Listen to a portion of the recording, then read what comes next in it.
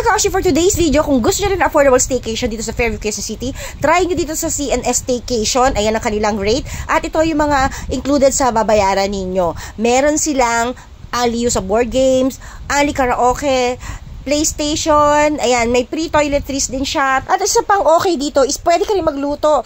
Pwede ka na gumamit ng mga utensils dito, libre na rin, may ali condiments, popcorn, coffee, lahat okay na okay din. At bukod doon, ang kanilang place, very Instagrammable. At may swimming pool din dito, pwede ka rin mag-swimming. Yun nga lang, may additional na bayad pa dito. So tara, tour na tayo. Hello mga kamamshi! Welcome back to my channel. I would like to say thank you to all who supported me. And if you are new to my channel, please don't forget to like, share, and subscribe. And hit the notification bell button to keep you updated. So, nandito na tayo. Ayan, na-traffic kami. Grabe yung traffic. So, ito yung loob. Simulan na natin mag-room tour. Papakita ko sa inyo yung loob. Malinis siya, mabango. Pagpasok namin, mabango, maayos. At, ayan, very Instagrammable, di ba? Bawat sulok, aesthetic. Di ba? Napapanahon. At, eto ang kama. Good for two na yan. Tapos, ito yung toiletries nila. So, 4 kami, ayan. Tapos, may pa-welcome pa, di ba? May sabon, may toothbrush and toothpaste, at saka tissue. So, 4 kami dito kasi na mag-staycation. So, ang galing lang ng pagkakagawa kasi may siya. May mga, ayan to, ganito. May pintuan. 1 bedroom siya lumalabas. Ayan, ang ganda nitong ginawang door. Sliding siya, di ba?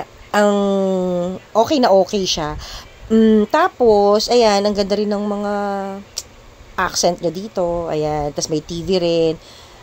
Ito yung TV niya. Tapos, may maliit na dining na good for 2. Tapos, may air purifier pa. Okay yung place, diba? Yun yung gamit namin. Kadarating lang namin kasi yan, as in, hindi pa kami nakakapag-ayos. Nauna kami dumating. Yung dalawa, papunta pa lang. So, habang wala sila, yan. Kaya, room tour muna tayo. Diba? Napaka-aesthetic ng dating, pati yung sa salamin. Ayan. Kaway-kaway pa. Tapos, ito yung mga display niya dyan.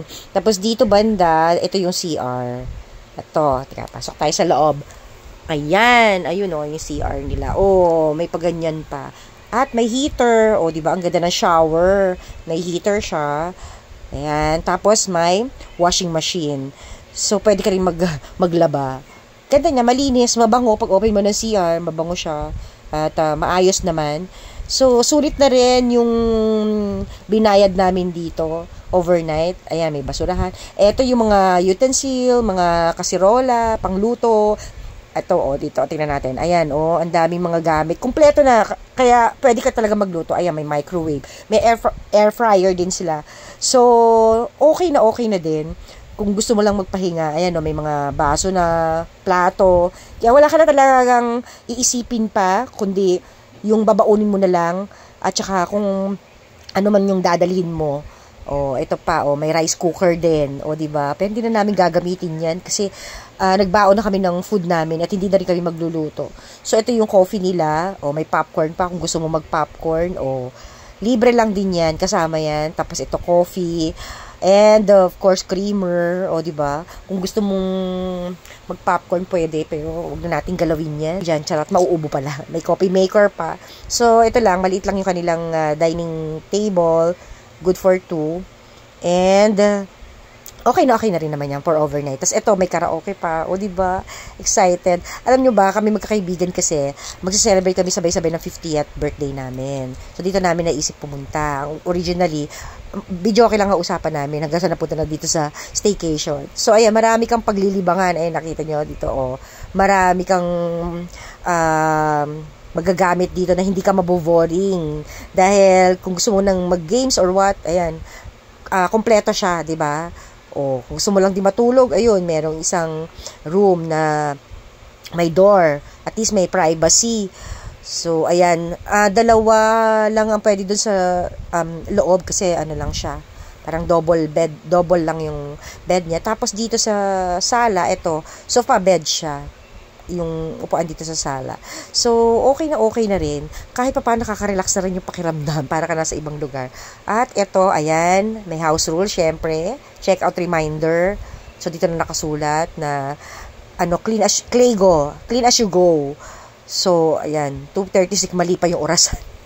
2:36. So, prepare na kami, nagbaba na kami ng mga gamit namin habang naghihintay doon sa dalawang kasama pa namin dahil yung isa, malayo pa yung paggagalingan, pero isa naman dito lang din sa Bulacan, near to this place. Actually, siya nga nag-recommend nitong place na to kasi nga napag-usapan namin na dito naman near sa area niya. So, ayan, kasama ko, nauna kami ng aking kumare. So, ligpit-ligpit muna and then mamaya mag-aayos na kami pagka kompleto na kami. Medyo na traffic kami and ano ba to, dahil Friday ba to or hindi ko na matandaan, matagal na kasi itong video na to. Nakakatuwa lang kasi nagkasabay-sabay din yung time namin na available kami. Kaya ngayon napag-decidean namin na parang magsabay-sabay mag-celebrate ng 50th birthday. So, syempre, 50 golden girl, pwede na isang memorable syempre sa atin lahat, diba? Parang another milestone. So, ayan, ilalatag na namin yung mga food dito sa table. Ito yung mga aming daladala. Ito, daladala ng isang friend ko din yan. Ayan, dalawang bayao na yan. O, di ba, ang bongga? Tapos, ito din, dala naman din ng isang friend ko, chicken and putong pulo, kasi from Marikina. At ito naman yung dala ko, syempre yung pasta ko. Ito, pesto pasta, and itong vegetable salad. So, yan yung akin, at saka itlog. Tapos yung bangus dala din ng isang friend ko. So, ang dami namin pagkain. Then, ito na yung gagawin namin cake. Para pa nag-blow kami ng cake mamaya, yung cupcake na yan.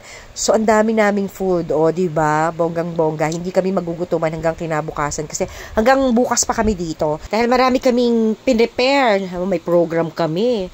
May video magbibideo kami yung mga plano namin. Tapos, syempre, may games kami, may exchange gift. So, talagang pinaghandaan namin tong araw na to. Tapos, pare-pareho din kami ng mga shirt na susuotin. We prepare talaga na ma-celebrate namin sabay-sabay. Sayang lang, wala yung dalawang friend namin.